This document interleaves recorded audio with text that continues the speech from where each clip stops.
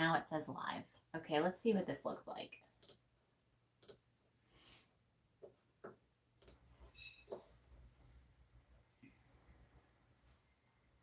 I've been having some connectivity issues. It looks clear on my side so far, so we'll see if it hangs in there. I'm right next to my Wi-Fi and all of that stuff, so it shouldn't be an issue, but of course sometimes it is. I hope you guys can hear me okay. I just got done eating my oatmeal, my lunch oatmeal, but I've got my coffee and I'm all ready to go. And we're going to talk about staying organized today, which is interesting because it is not something that I consider a super strong point of mine.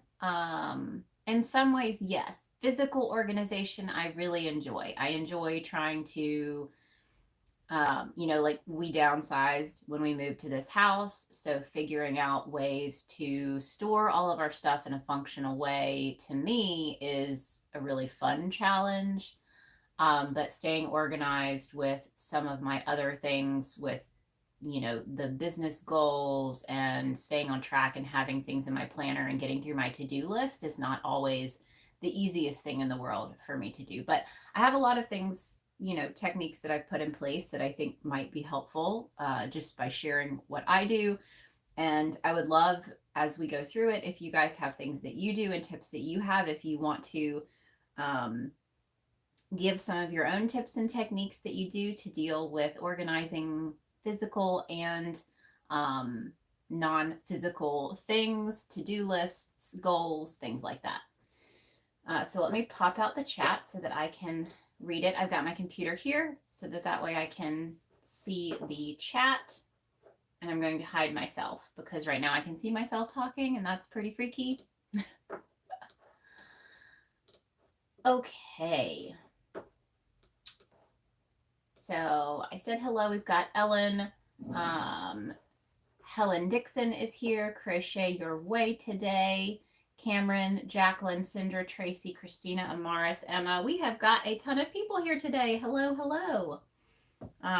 Let me make the chat a little bigger. There we go. Okay, so I would love to know if you guys have time to pop it in the chat what your biggest issues with organization are. So staying organized, if it's more of a physical thing, if you need to get your materials and your yarn and stuff organized, if it's more of a digital issue, so organizing photos and patterns and things regularly digital on your computer. We can talk about that too. Amara says, hi everybody, I have ADD and ADHD and autism. I have no sense of time or organization. So I know for me, I struggled quite a bit with, and it wasn't super serious for me, but kind of the ADD tendencies in college, it was very hard for me to focus. So for me in college, that meant going out of my way to do some pretty serious stuff to get myself to study. Like I would lock myself into a study room alone for hours, and I could only listen to non-vocal music. So, just music, the no vocals, none of that. So I had to listen to that. Usually it was like jazz or something. But that was the only way I could get myself to study. And so, that kind of bleeds into everyday life now of trying to stay focused on one task. I tend to jump back and forth from task to task. And then before I know it, I've worked on 5 different things, but I haven't gotten anything finished. So that can still be a struggle now. And it's something that I have to just keep working on. Let's see. Amara says, so I have a set schedule and a timer for everyday tasks. And that's really important. I think that's because I have a planner, and I will show you guys. I've shared this before. Let's see.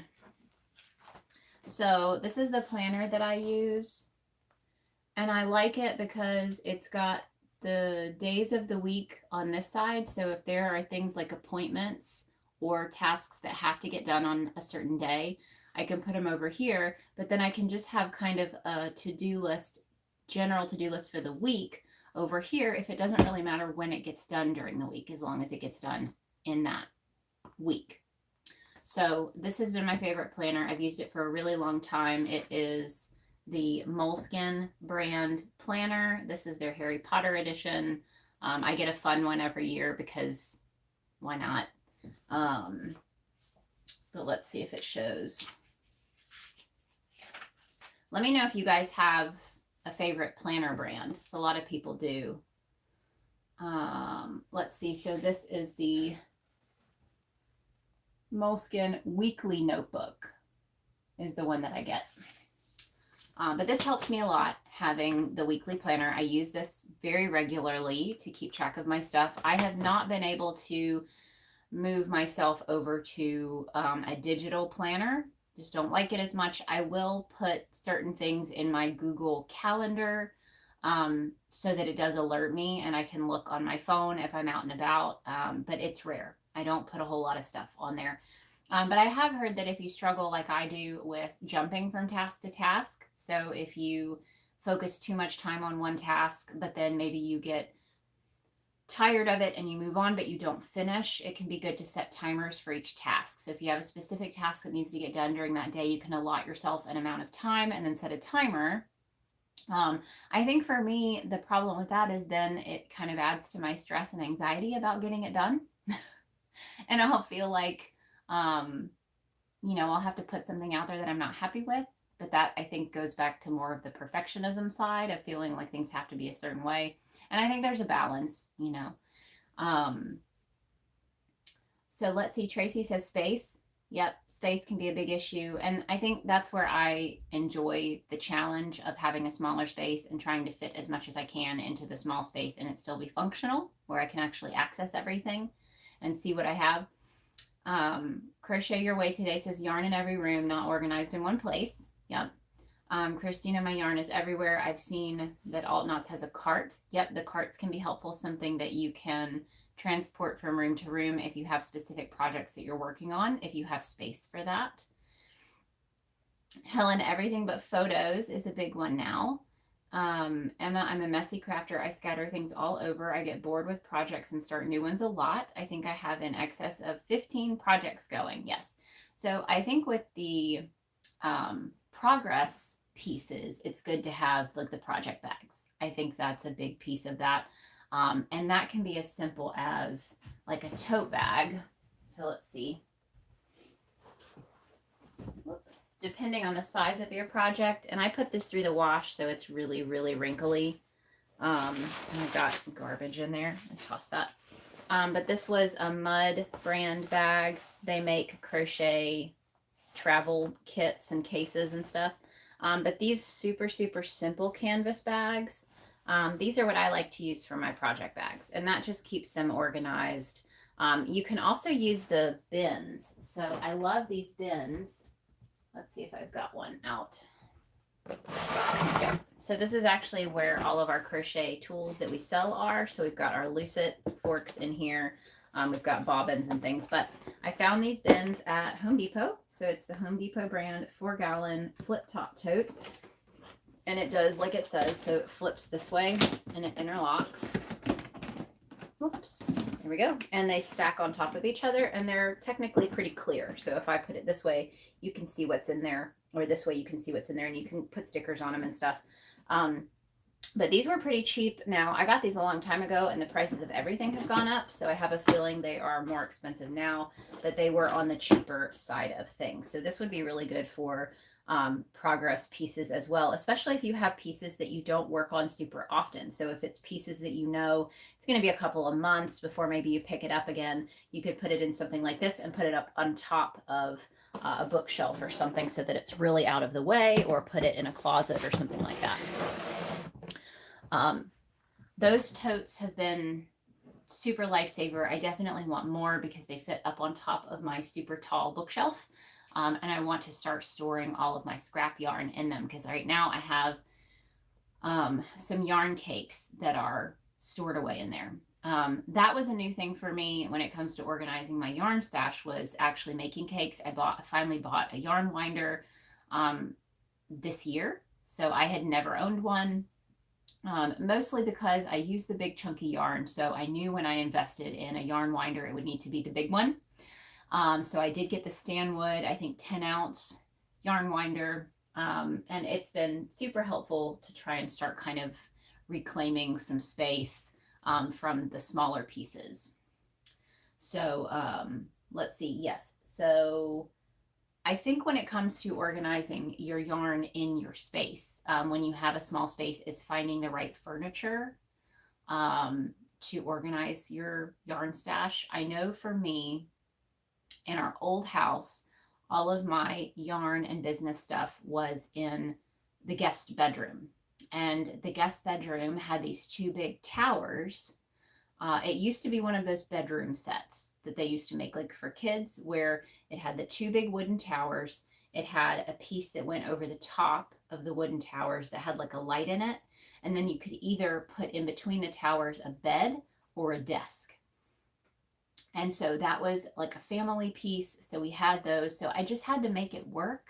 But it was not the best situation for storing yarn and things like that. So I had my eye on IKEA pieces for a while. And I think that's the thing, is really brainstorming and thinking ahead and planning it out, because buying furniture is expensive, and you want to get the right thing. So you don't want to try to purchase something that might work and then be out of money and still have to go buy what you really want. Sometimes it's better to have that goal in mind and work towards that goal and get the furniture piece that you really want, that's really going to be exactly what you need. For me, and I'll turn this camera around for anyone who didn't see my workspace. Let's see. Okay, so this is what I found that works for me. I've got my drawers. These are just egg crate, the milk crates that I got at Hobby Lobby, and I stained them. I think I got them at like Walmart and Hobby Lobby and Michael's. It was whoever had them on sale. These little drawers came from IKEA, but this big monstrosity here, it's the 5x5. There we go. And I actually got it from Walmart. So this was less than $200 for this big thing. And then if you look in this corner over here, this piece, that is actually an IKEA Billy bookshelf. So it's a little taller. And let me see if I can bring you guys around so you can see it a little better. So that is the Billy bookshelf. It's a little taller than the IKEA knockoff piece that I got from Walmart. But it actually works really well. So if you can find some of these just regular old bookshelves, they do actually work really well for yarn. That yarn, the yarn in this piece is actually what I send out in my Learn to Crochet kits. So it's all stored away over here. I don't use that yarn. That's for the kits. And then this is what I use for all of my yarn. And that is almost all of my yarn. I do have, actually, I'll take you up again. So these two up here, those two have yarn cakes. Those are those Home Depot totes I was telling you about. These back here, those are some finished scarves. Don't know what's in that. This is lighting stuff. And then this over here, these two are like packaging materials. So the Home Depot totes are the only ones with yarn in them. And then the only other place I have yarn stored is, let's see, my biggest organization issue is finished pieces, because all my stuff is so chunky that it takes up a lot of space. Oh, let's see. Here we go. So this is the only other tote bag right now, tote that needs to be emptied, but it is technically pretty organized. So you can see I've got lots of yarn cakes in there. A couple of red hearts that I'm probably never going to use. And then there's a lot of extra goodies in here that are really small cakes and extras. So that needs to be put away because it's just sitting in the corner of the room, which is not very helpful. I also got, I will show you the other organization piece that I actually bought was for my closet. that was a recent purchase. So there is a closet in here.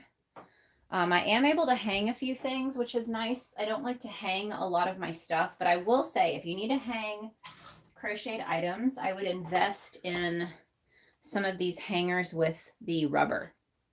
So if you can find some of these, because that allows you to kind of lift your crochet piece up on top. Now, some of it'll still stretch here, but at least you're not going to have the big stretch mark from it hanging off the hanger.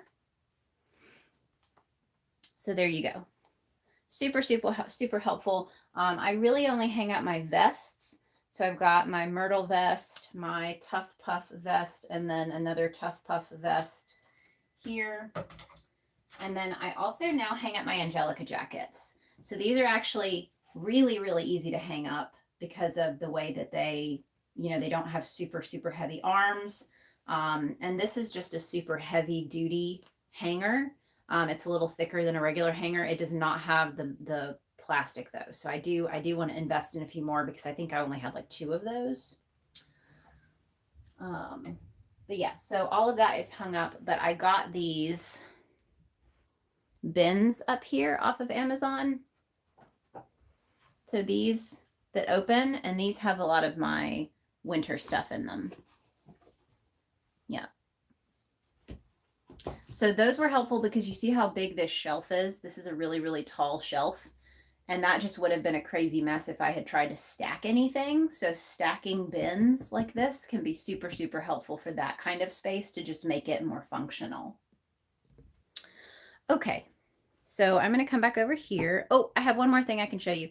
If you have any little stuff that you want to organize, these are off of Amazon. They're like the little drawer bins. And I think it's all plastic, but they're pretty good. I mean, I've had them now for 2 years, I think, and I store all of my stickers, all of our stitch markers are up there, pins, enamel pins, and things like that. So that's been super, super helpful. If you have smaller stuff that you want to organize, that's really, really helpful. Okay, let me shut this. So, as I was saying with the yarn stash, I think the biggest thing is to figure out what's going to work for your space, have a plan, do a lot of research, and figure out what pieces of furniture are going to work best for you. I know for me, I really wanted the IKEA ones because I liked the look of them, but then I found the knockoff version off of Walmart, and that was great. And Amazon has some great stuff. You may have a totally different look and style for your house. You can look at Amazon, you can look at Wayfair, Overstock, but finding the furniture pieces that will fit within your space that work, and then that's going to help you get motivated to organize your stuff too. When you have the right tools for organizing your stuff, I think that I think the furniture makes a big difference, especially if you have, like I said, less space to work with, or repurposing furniture that you already have is a big one. So trying to think outside the box of items that are in your house that maybe you don't really utilize very well right now. And if there's a way that you can alter them, you can paint them, you can repurpose that whole piece to make it more of a yarn and craft storage space, can be super helpful, you know. And I think too, I know that a lot of us don't like to waste. So we don't want to feel like there's no way we could bring a new piece of furniture into our house because we'd have to toss something. And I know I hate throwing furniture away, and sometimes it's hard to give it away even. Sometimes it's hard to get people to even come get stuff for free. So if there's a way that you can repurpose something, I think that that's a good option as well. Okay, let me check the comments because it's been a minute.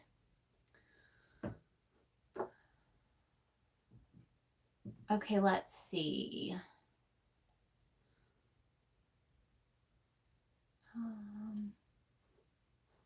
Okay, so I left off with Emma talking about the 15 projects going on because we talked about the tote bags and the tote bins as a way to keep track of whips.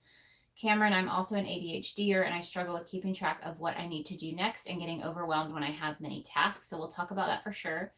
Ellen, my stash is in one place in a dresser and cube shelves, and my whips are in my regular crochet spot. So that's once you get that handled, the other pieces of it can really come together. Once you have a dedicated space that you can keep all of your stuff in and it works, it does make it easier. Like, I don't really worry about my yarn organization at all because everything kind of has a home and a place. But that's also kind of how I run my house. I want everything to have a home. I want everything to have a place. If it doesn't have a home and it doesn't have a place, it probably needs to get donated. So that's usually how I go. And I'm not a minimalist by any means. This room is packed to the max. But I'm a big fan of functional storage and making sure that, you know, I know where things need to live, and cleaner spaces. Like, my spaces are never super, super, super clean. But when they are a little more organized and I know where things can live, it kind of eases any stress or anxiety that I might be having when my space is cleaned up a little bit more. Sindra says, lack of space is my biggest issue. My photos are not an issue I use forever for my photo/video organization. However, I have yarn in every room. Okay. Ellen, keep my blanket whips in a tote also. Yes. So totes are great. If you have larger projects, you can get lots of different sized totes and those can go wherever they can go. I have no room in my house for more totes. I finally found space in my basement for a big plastic tote with all of our extra bedding, because there's not a bedding and towel closet in this house anywhere. There's nowhere that it can really go. So that had to go in the basement. So I can't have any more totes, which has made it really easy to say no to new yarn. I have to say, with a smaller space, it's a lot easier for me to save money because I can't bring more yarn into the house until I've used what I have. And even then, that yarn doesn't leave the house because I'm not selling anything. So I have to find places for all of the whips to live. And not the whips, the finished projects. Finished projects have to have somewhere to go. Emma, I find when I get an idea for storage, it's only good for a little while, then I have to buy more stuff. And it's gonna, depending on what you do with your finished projects, that's where it gets tricky, because I have 1, 2, 3 totes under my desk. Let's see if I can show you guys this. So this big desk was actually my mom's, that she got from her, it would be like my great-great-grandfather. It's huge. It's a huge desk. But underneath it, let's take y'all on a little trip under here. Yep. So I don't know if you guys can actually see that because it's telling me to rotate my device. But there are a whole bunch of totes underneath the desk because the desk is so wide this way that I can push the totes all the way to the back and I still have plenty of room for my feet underneath the desk. But those are all totes full of things that I was planning to sell at craft shows 2 years ago. So depending on what you're doing with your stuff, it can get tricky on the storage. If you are prepping for craft shows, your storage is going to look very different because those are things you're not going to need to get to all the time. But if you're selling things online, you're going to need to know where those things are in case you have to go rooting through the bins because you sold a random hat online and you don't remember which bin it's in. So, you know, storage is going to look very different depending on how if you're selling things or if you're just making things for yourself, if you're making things as gifts, if you're making things for charity, all of those storage, things will look different.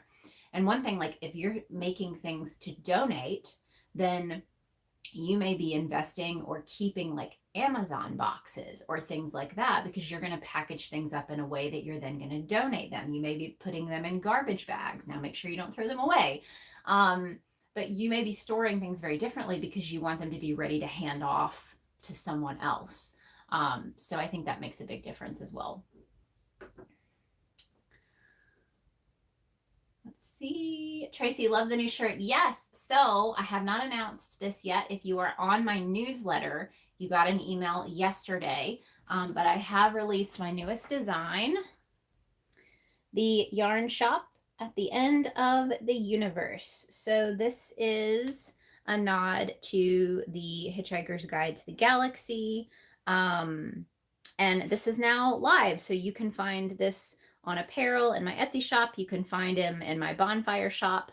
I just opened a Redbubble account. So if you guys like shopping on Redbubble, you already have an account there. You can get this design on art, prints, and posters, and zipper bags, and canvas totes, and all the different things that Redbubble offers, because they have a lot more product offerings than some of the other places that I sell my stuff. And then I also have stickers. So let's grab the stickers. Let's see, where are they? Aha. Here you go. So these are the little stickers. They are clear backed stickers. You can see the white behind them, but that's just this backing. It is actually clear. So whatever you put them on, the black will show up directly on top of whatever color that is. But those are in my Etsy shop. But I'm super excited about it. This was a really fun one. I don't think it'll be for everyone, but I have always wanted to do like a UFO style design. I have also always wanted a UFO tattoo. So to do the tattoo style with the yarn balls, that was really fun. So I hope you guys like it, but you can find those everywhere. Like I said, if you're on my newsletter list, you should have gotten an email that has all of the different links out to the different places where you can find them. But this specific shirt, so if you want this exact tank top, this is technically a men's cut tank top. They call it unisex. Let me back up so you can see how long it is. This is a size small. It is the heathered, not the regular, but like the heathered version, like the tri-blend. This is in my Etsy shop. So this specific one is the Bella and Canvas unisex tank top in the heathered red. So if you like this one, and it's super, super, super soft. This is my favorite of some of the ones that I've previously purchased. Okay, so thank you, Tracy. I'm glad you like it. Cameron, the yarn system is gorgeous. Thank you. Yes, and it took some time. I still feel like for someone who uses a lot of color, it's not as colorful as I'd like it to be. And maybe it's because I push everything to the back. Maybe I should push it to the front, but then I feel like I lose out on the functionality of having the extra space in front of the yarn to set things. So that's, you know, function over prettiness. Thank you, Emma. Now I feel normal. Talking about storage options. Thank you, Christina. Says the stash is awesome. I try not to overdo it. I really do try to buy yarn with projects in mind, which really helps. But I actually have a ton of yarn coming today from Premier Yarn. They are having their buy one, get one free sale on their Cotton XL through today. Today is the last day to get it. And I put an affiliate link in my newsletter if you wanted to check out that sale. But that's what I used to make my second Angelica jacket. So I got more because I want to make a brighter one, and they have a bright yellow, bright pink, bright orange, and a bright green and a bright blue in that super chunky cotton yarn. So super excited. That comes today. I don't know where it's going to go. So got to figure that out. Organization. Let's see. Emma says you don't need to buy new clothes if you make them right. Exactly. Yes. Okay, so we've talked about physical organization. And like I said, my main thing is have some good totes, you know, plan ahead and make your big plans. Like maybe it's a year down the road that you have a yarn room idea that you want to do. Maybe you want to repurpose a basement or a bedroom or even a walk-in closet. We had a walk-in closet in our last house that could have totally been repurposed into like a mini office space. So there are a lot of things you can do. It's just having the patience because you can't always do everything at once. You know, I had big plans to repurpose one of the rooms in our old house to make it into this kind of space that we have in the new house, but it was probably going to be a year or two out in order to have the funding to do what I wanted to do. So having those big plans and dreams, and keep a notebook with the ideas that you have, because you're going to want to keep doing this, you know, so as far as I know, so planning out ahead and having those ideas put in place, and then trying to repurpose things if you can. I think all of those are super helpful. Now, some people really do like to have an organization system where they have, for instance, all of their yarn organized, like listed. That's a little much for me. I would not be able to keep track of it. I did that a little bit when I was prepping for craft shows. So when I was prepping for craft shows, I did kind of have a list of like all of the yarn that I had and what I needed. So in that case, now I would never do that. There's no reason for it. I have everything visible. So if I see that I'm running out of yarn for my Learn to Crochet kits, because I have an acrylic option and a wool option, and I can just see, okay, I'm running out of acrylic. I'm going to run to the store and get some, but it doesn't matter what color it is. You know, I can get all different things. It's kind of a mystery option with the Learn to Crochet kits, which makes it easy for me. But if you do that, then you have to figure out how you want to do that. If you want an Excel sheet on your computer or on Google Drive, because if you do the Excel in Google Drive, you can access it from your phone or your computer, which is great to keep it mobile and you're not having to go to a laptop or a computer every time you want to check it. And then some people like having the handheld. They want a binder with all of their information in it. And I would do that sometimes with my inventory. I would still have like a binder, but then you want to use a pencil so you can X things out or figure out a system that works for you. I know that there are a lot of printables on Etsy, so you can search yarn organization printable on Etsy, and you know there are things out there for planners that are printables that can help you organize your yarn stash and organize your current projects. If that's something you enjoy, you can do that. But on that side of things, it's not something I really do. I don't really keep track of exactly what yarn is in the house anymore, but you may do that, and I think that it can be helpful to just figure out whether you want to do it digitally or physically on you know, paper or planner or something. Tracy said, that's what I'm waiting on, is a yarn room.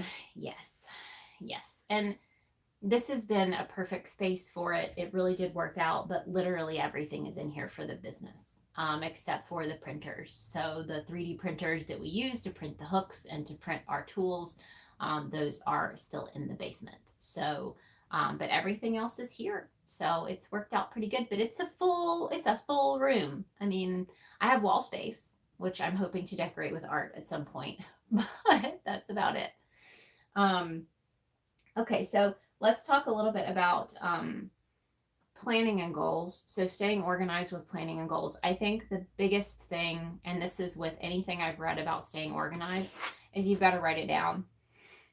So whether you get a planner, a notebook, I think planners are definitely better. I used to try to stay organized with regular notebooks, but then you forget because, you know, you'll write one thing down, but then you go to the next page to write something else down, and then you have to remember to go back however many pages to get back to what you wrote down the first time. So that never worked for me. Having a planner has always been super helpful for me. But you can use planning apps on your phone. If you're on your phone more often, you can use something as simple as Google Calendar on your phone and setting reminders and everything. Nancy, please don't forget to hit the thumbs up. It helps me get seen. Yes, I appreciate it. Thank you. Thumbs up and subscribe if you haven't. I would love that. But yes, having yourself a planner or a planning app is super important. And this is no matter what you're doing. So I do have to say, if you are crocheting just to crochet, you don't sell things, maybe you give things away, or, you know, again, maybe you crochet for charity, but you really don't, you're not going to shows, you're not trying to fill inventory online, you're not doing any of that, then I think your organization is really your yarn stash and your work in progress pieces. But then it's also what you're doing with finished items. So having a plan for your finished items, if they're going to be gifts or if they're going to be donated or if you're going to keep them and where you're going to put them. If you keep them, that's kind of the organization process for you there. But I think there are some people who crochet just for pleasure, who struggle to stay focused and organized when it comes to actually finishing projects. So we talked about having lots and lots and lots of work in progress pieces. And I don't have a ton of advice here, but one piece of advice is become a tester. Because when you become a tester, you automatically give yourself a scheduled time limit for something. It will give you a new creative piece to make. It will continue to kind of keep you learning new techniques and engaging in larger communities because you're going to meet new people through the test. It'll give you a chance to continue to work on different skills within your crochet set, but it gives you a schedule. So it automatically gives you a plan because you know when the item has to be done. You know, in some cases, what you're going to do with the item, but it sets that schedule for you. So that's super helpful, I think, for people who may be at a point in their crochet life where they're feeling a little lack of inspiration or feeling a little overwhelmed. That may be a way to kind of set you back on the right course. Another thing, what was I going to say? There was something else. And now I can't remember. This is why I try to write all this down. Oh, still get yourself a planner and have goals for each project. So this is where a project planner would be good. So there are a lot of those out there where you can just plan out your yarn projects. So you can set, even if you have 15 going at a time, you can actually go ahead and write in details about each project, what you're making it for, if there's a deadline, if you want to set yourself a deadline, where that item's going to go, where it's going to live. And I think that can be helpful with just feeling a little more organized and having a goal for each project. So that's if you don't sell anything and you're really just doing this for pleasure or to gift or to donate to charity or something like that. Now, if you sell things, totally different can of worms, even from where I am now, because now I really don't make to sell. I really just make for marketing designs. So I'm in a totally different world of organization too. But if you sell for shows, this is where you may benefit from organizing your yarn stash in a way that you know what you have, which can be a little intimidating, but it just takes some time. And this is also where niching down and finding a focus for what you're actually going to be bringing to shows can be super helpful. So for me, I knew that it was easiest for me to focus on using Woolies, Thick and Quick, and Hometown USA were really the only two types of yarn that I used for my shows because it just made it easier and I wasn't making a million things. And so once I narrowed that down and that was all I was buying, then I just had to track colors. So I tracked how much of each color I had in stock and what I could make with that. And then I would compare that to the inventory that I had in stock because I did keep track of inventory. I had a whole list for hats. I had a whole list for scarves, what color scarves I had, how many of those scarves I had in that color. And then that was all in a binder. So I was definitely a binder person. Let me see if I actually have my old inventory lists, because that's interesting. Let's see if it's this one. So this is how I did it. It's probably not the most organized, but this was not inventory. This was sales. So this was in 2018. So you can see 2018 sales. And I had like infinity scarves, cowls, pom-pom hats, gloves. So I would just write everything down. And then I would have my total 633 items sold in 2018 when I was doing craft shows. I am definitely a paper and pencil kind of person, but I also love, love, love binders. So I had a ton of binders for each thing. I would have a binder for inventory, a binder for finances. And I really love page protectors. So I'm trying to see. I don't have any of my super old inventory lists anymore. But you can see that I have there were a ton of these page protectors in there for each thing. Oh, here's it. So I did start doing Excel sheets.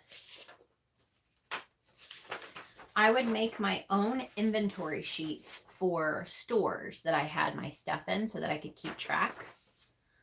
So I had store name, date of drop off, last inventory count. And then it had, for me, this was for Java Cats Cafe. So the only thing I sold there were coffee cats, beer cats, those little cat cozies that I have the pattern for, and the cat ear hats. And so you can see where I had the check marks. These are all the colors that I had dropped off. And then up here shows if it was a coffee cat, a bear cat, a wine cat when I was making the really chunky ones, and the cat ear hats. And then I could have down here listing what was current. And then back here I had like top colors. So I was very, very pen and paper for tracking all my stuff. But again, I kept it all in a binder, so that made it a little bit easier. But a lot of that is just playing around with what techniques work best for you. If you are Excel savvy, or if you can find a printable on Etsy. And that's something, so if you guys are interested, I have been wanting to do more printables. So if you guys, if there's any type of inventory list that's like an Excel where you could download the Excel and have like a base to start with, that would be really fun. If any of that sounds helpful, whether it's a yarn inventory, or a project inventory or something like that, we could work on something like that. Okay, let's see.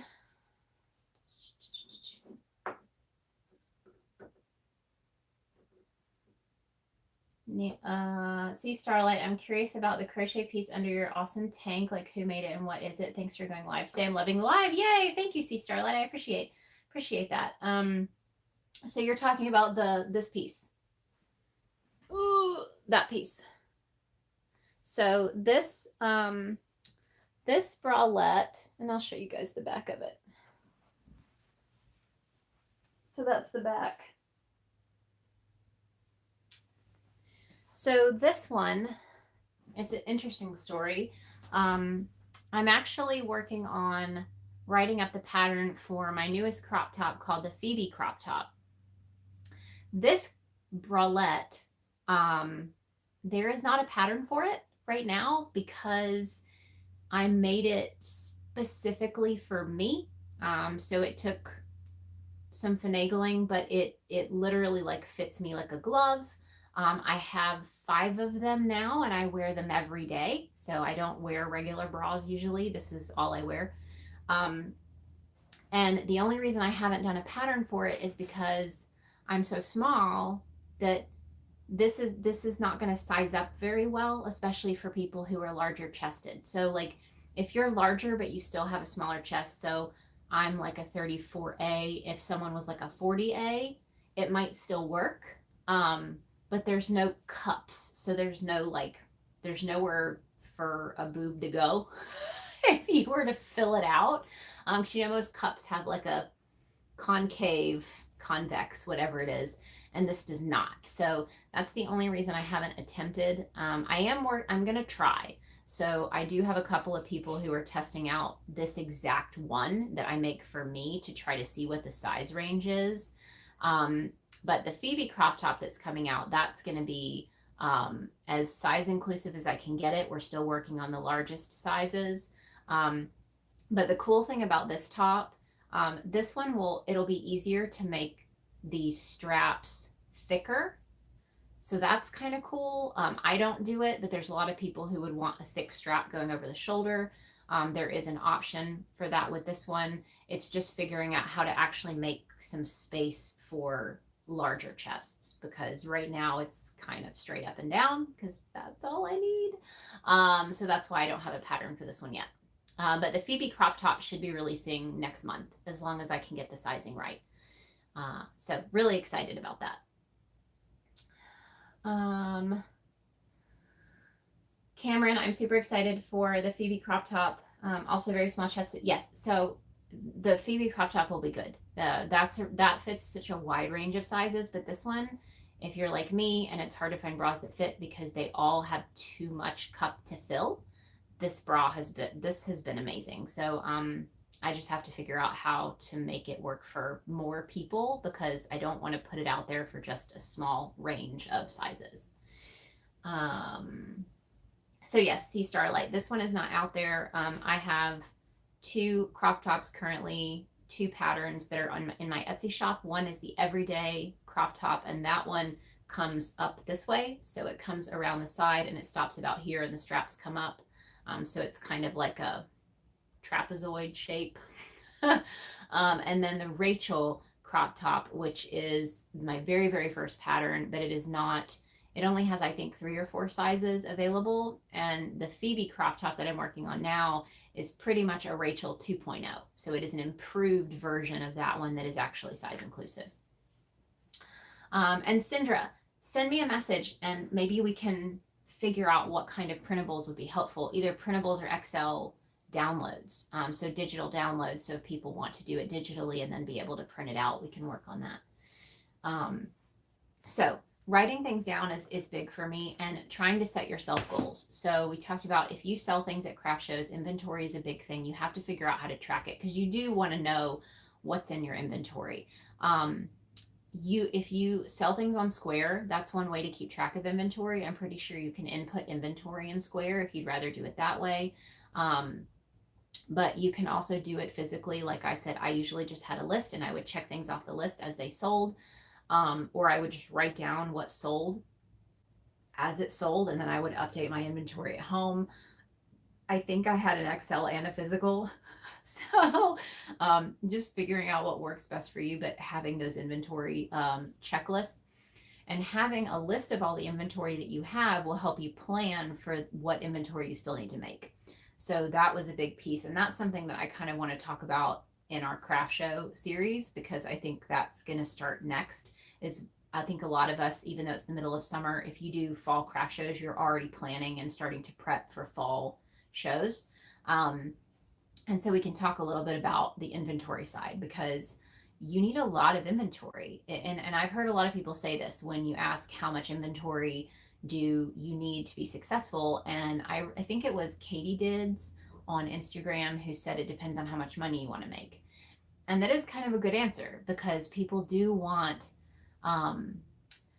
they want choice and selection. They want to feel like they have options when they come in, but they also don't want to be overwhelmed. So it's finding this balance of not having literally everything you could ever make. You do want to kind of narrow down the types of things that you make, but then have options within them. So for me, I would have, I think, 6 or 7 products that I've made, but I'd have them in all different colors. I'd have some different size options available within those pieces. But I'll have to find the formula and talk about it in the craft show videos, because there was a really great formula that helped me figure out, okay, this is the amount of money I want to make.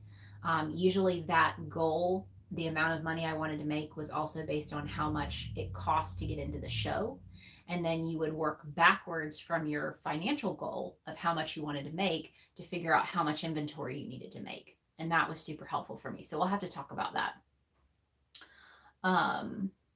But that's super important for staying organized, is having a physical list of your inventory, what you've already made, what your goals are. So even having an Excel that has infinity scarves, all the different colors, how many you've already made and how many you still have to make. And then that'll give you, and then you'll have the total of how many you want to have by the time you get to your shows. So that's super helpful for staying organized. That's something that I did. And then setting yourself goals for when to make those items. So for me, as someone who doesn't make finished projects, I do, let's see, Helen says Pam has an Excel for craft shows. Yes, I have a feeling she has a lot of great things for downloads and options and resources for that. I think she probably has a whole craft show success thing, I would think. But yes, so as someone who doesn't make finished projects, I will usually write down my goals. So I like to do, if I can, release 1 pattern a month, release 1 piece of merchandise a month. So this was this month's merchandise. And do at least 1 blog post a month, whether that's a roundup or something like that. So having those set 3 goals, and those are goals I know that are achievable. I know it's something that I can handle. I'm not going to get super stressed out about it. And if I have to push it off, that's okay. So having set goals for yourself, if you say, I'm going to make this many hats or this many items in this month, especially when you're craft show prepping, having those goals, and then again, writing them down. So I think that's for me, that's the best way to stay organized, is making sure that I have the set goals, the set time frame things that need to happen. And sometimes that even means mini goals. So, for instance, I go live this Friday with Knitting Tipsy. So, if you guys don't follow Knitting Tipsy, you should go check her out on Instagram. But we're going to go live for Pink Sheep and Friends this Friday. And I have listed today,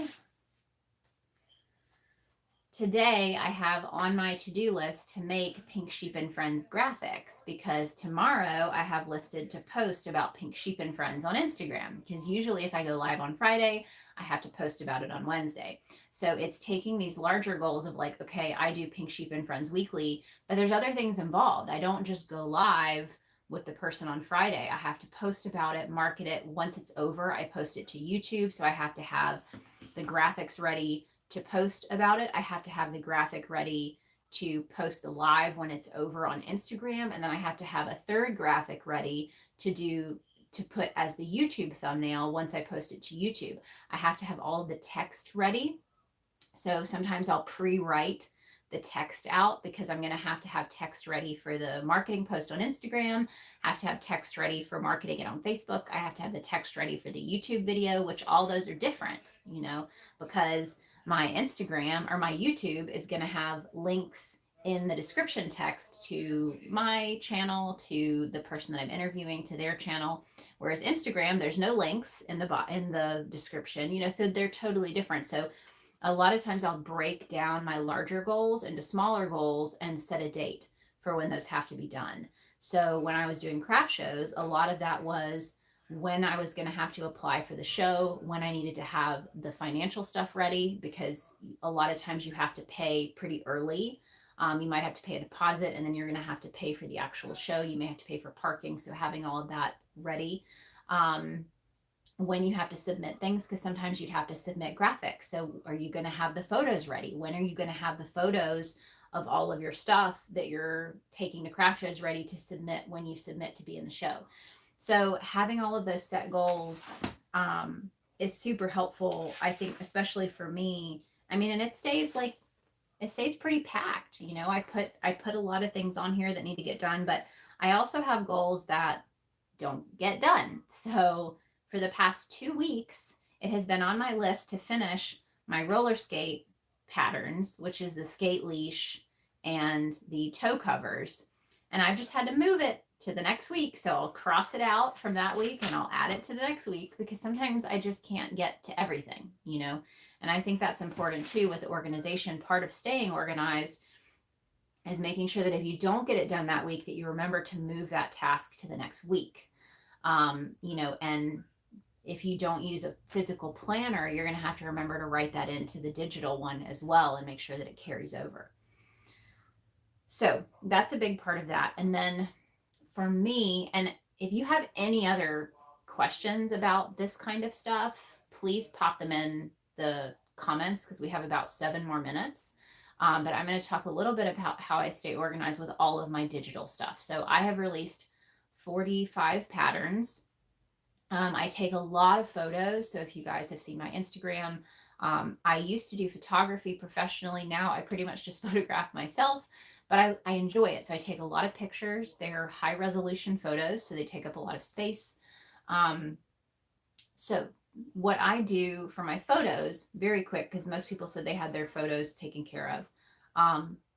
I take my images off my camera. I put them onto my phone with Bluetooth. So my phone connects to my camera, and I upload them into Lightroom.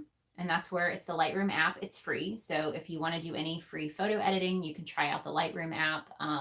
It has quite a bit of storage for the free option. I have not run out of storage yet, and I use the free option.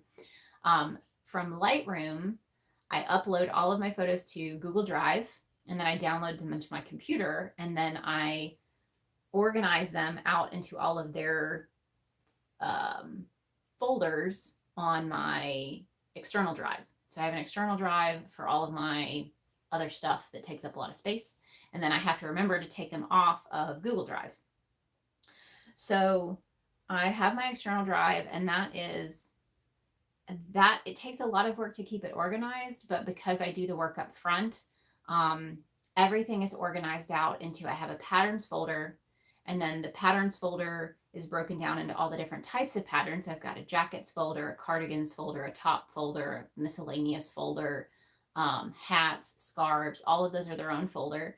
Then within those folders are the folders for the actual patterns. And then within those folders, so let's say the Angelica jacket that I just released has its own folder. In that folder, there's a folder for all my tester photos. There's a folder for all of the photos that I took wearing the jacket. There's a folder for the files. There's a folder for the process photos, so all the photos that I took of me actually making the jacket that go into the pattern. And then there is a folder for the Etsy marketing graphics.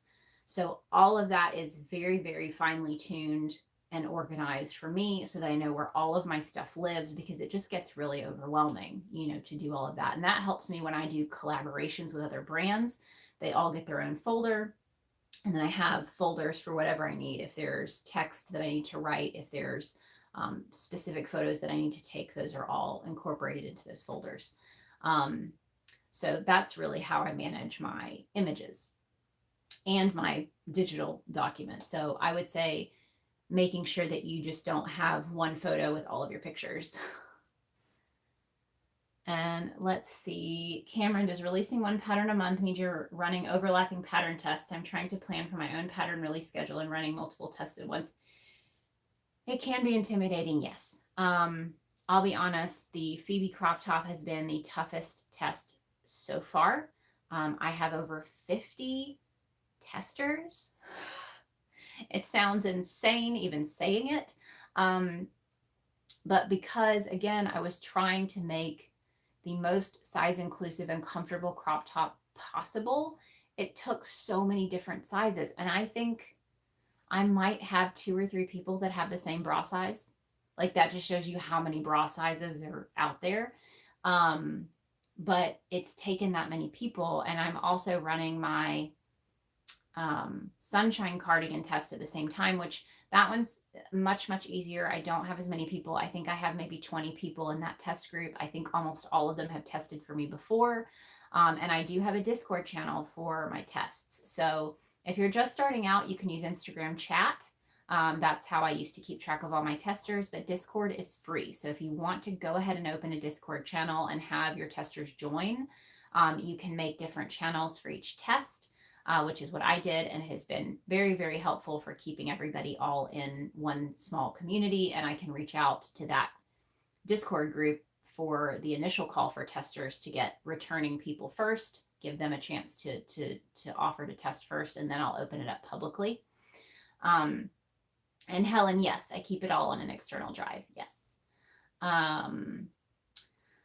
So it can be intimidating, and I think that's depending on the types of patterns, because if you are making smaller patterns that don't have multiple sizes, so for instance, the bucket backpack that I just released, you might not need as much time. It depends on how much time you give your testers. So because I use the chunkier yarn, there are people who can whip up my items in like a day. So I don't have to give people 6 weeks. Now, if I'm doing an article of clothing, like a long sleeve cardigan, then I will still give people longer. I'll give people closer to 6 weeks to finish, especially if I have people testing like the 5X versus the extra, extra small. But even then, most of them don't need that amount of time. But if you are working with smaller, lighter weight yarn, yes, you are going to have overlapping pattern tests. And you may want to only release a pattern every 2 months, if that works better for you, at least when you're starting out, and get used to it. Once you have a good solid pool of testers, it's going to be easier for you to, run multiple tests, because you found the people that are reliable. You're not worrying about chasing after people, because that's where I usually end up taking the most time, is having to follow up. When I haven't heard anything from a tester and I have to start sending out individual messages, following up to see if that person is still going to complete the test, if they're still going to come through and send, the feedback and all of that. And that's something I'm having right now with the Phoebe test. I have a lot of people who have sent finished photos on Discord, but they haven't sent any feedback via email. And at this point, with 50 people, I don't think I'm going to chase after the feedback pattern pattern is good. The pattern makes sense. There's not a lot of feedback on the actual grammar and stitch counts. All of that's great. It's just the sizing. So at this point, with that many people, if I've got their photo and I've got their measurements and all of that, and I can put them into the measurement guide, I'm probably not going to be doing a lot of following up individually. Cameron, thanks. I've been thinking about Discord. Really sounds like a great option. Usually use 4 or 5 weight yarn. And yes, so it just depends on what works for you and how intricate the pattern is, and how many testers you're going to have. You know, like I said, usually on average, my tests have 20 to 30 people. It's not usually less than 20. And that's a lot of people to keep track of. And you are going to have people who don't follow through, you know, who don't do what you ask them to do. And with Discord, it's just figuring out, do you kick people who don't, you know, because that was with Instagram. Once the test was over, that chat was closed and I opened a new chat. But now with Discord, if someone flakes on the pattern, do I give them another chance and leave them in the Discord channel, or do I have to kick them from the channel? So it's figuring that out as well with Discord. Okay, guys, I think that's everything. I hope y'all found this helpful. I mean, it was really just the stuff that I've done that's helped me. If you have, you know, ideas for things like printables or things that I could help with, let me know. I think that would be fun. And Tracy, send me a message and I can shoot you my email address. Yeah. All right, guys. I hope you have a great rest of your week. Next week, we will be back talking about to fair or not to fair, deciding if craft shows are the right move for you. We can talk about that a little bit. So if you guys have any questions about getting started with craft shows, if you have concerns about whether or not they would be the right move for you, then let me know and we'll incorporate that into next week. Be sure to join the Facebook group. If you are not a part of it, you can just search Pink Sheep Design on Facebook within the communities tab and it should pop up and we can chat about today or next week's live. And then this Friday, like I said, on my Instagram, I will be live with Knitting Tipsy. Her name is Chelsea. Go check her out. And we will be live on the Instagram. Now, if you don't have Instagram, don't worry. I post all of my Pink Sheep and Friends Maker Chat interviews here on YouTube once they're over. And if you need something to binge watch that's interesting and fun, you can check out the playlist that's called Pink Sheep and Friends. It's here on YouTube. It's a playlist here on YouTube.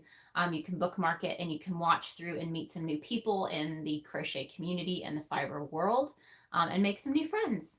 So, all right, guys, until next time, I hope you have a great rest of your week and happy hooking. Bye.